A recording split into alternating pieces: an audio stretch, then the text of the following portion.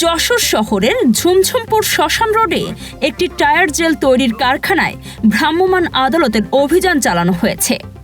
অভিযানে নেতৃত্ব দেন সিনিয়র সহকারী কমিশনার ও এক্সিকিউটিভ ম্যাজিস্ট্রেট বাসুদেব কুমার মালো। যৌথভাবে অংশ নেয় Bangladesh standards and testing institution, সংক্ষেপে বিএসটিআই এর যশোর টিম। অভিযানে দেখা যায় কারখানাটির কোনো বিএসটিআই অনুমোদন নেই এবং উৎপাদন পরিবেশ ছিল অস্বাস্থ্যকর। এছাড়া ডুপ্লিকেট পণ্য ও ভুয়া ব্র্যান্ড ব্যবহারের প্রমাণ পাওয়া যায়।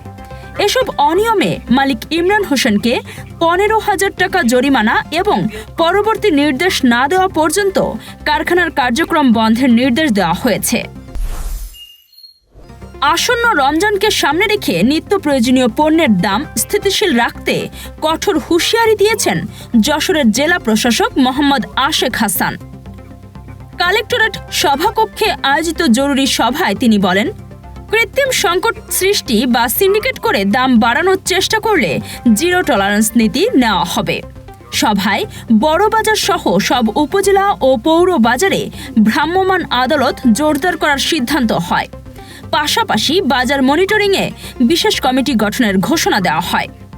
যানজট নিরসনে পুলিশ ও পৌর প্রশাসনকেও কার্যকর ভূমিকা রাখতে বলা হয়েছে। প্রশাসন আশা করছে ব্যবসায়ীরা দায়িত্বশীল ভূমিকা পালন করলে রমজানে বাজার থাকবে নিয়ন্ত্রণে। যশোরে তেঁতুল খাওয়াকে কেন্দ্র করে ফাল্গুনী নামে 18 বছর বয়সী এক তরুণীর রহস্যজনক মৃত্যু হয়েছে। তার বাড়ি হামিদপুর এলাকায়। পরিবারের দাবি, সন্ধ্যার দিকে অসুস্থ হয়ে হাসপাতালে নেওয়ার পর তাকে মৃত ঘোষণা করা হয়। চিকিৎসকরা মৃত্যুর কারণ নিয়ে সন্দেহ প্রকাশ করে মরদেহ ময়নাতদন্তের জন্য যশোর জেনারেল হাসপাতালের মর্গে পাঠান। শ্বশুরের দাবি, তেঁতুল বাছার সময় হঠাৎ অসুস্থ হয়ে পড়েন তিনি। তবে ঘটনার প্রকৃত কারণ এখনো স্পষ্ট নয়। পুলিশ জানিয়েছে ময়নাতদন্তের প্রতিবেদন পাওয়ার পর পরবর্তী আইনগত ব্যবস্থা নেওয়া হবে। যশোর শহরের পলিটেকনিক রোড এলাকায় মাদক সেবনের টাকার জন্য বড় ভাইকে কুপিয়ে জখম করার অভিযোগ উঠেছে ছোট ভাইয়ের বিরুদ্ধে। আহত ওয়াহেদ আলী অপু বর্তমানে হাসপাতালে চিকিৎসাধীন। স্থানীয় সূত্রে জানা যায়, টাকা চাওয়াকে কেন্দ্র করে দুই ভাইয়ের মধ্যে কথা কাটাকাটি হয়। এক পর্যায়ে ছোট ভাই মমিন ধারালো চাকু দিয়ে অপুর মাথায় আঘাত করেন। রক্তাক্ত অবস্থায় তাকে যশোর জেনারেল হাসপাতালে ভর্তি করা হয়। চিকিৎসক জানিয়েছেন, গুরুতর জখম হলেও তিনি আশঙ্কামুক্ত।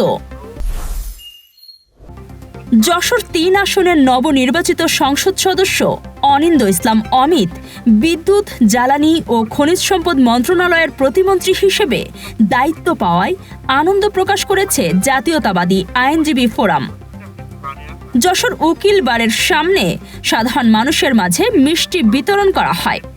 উপস্থিত আইনজীবী নেতারা বলেন, তার নেতৃত্বে মন্ত্রণালয়ে ইতিবাচক পরিবর্তন আসবে এবং যশোরের উন্নয়ন ত্বরান্বিত হবে। পথচারীরাও স্বতঃস্ফূর্তভাবে মিষ্টিমুখে অংশ নেন এবং নবনিযুক্ত প্রতিমন্ত্রীর সুস্বাস্থ্য ও সফলতা কামনা করেন।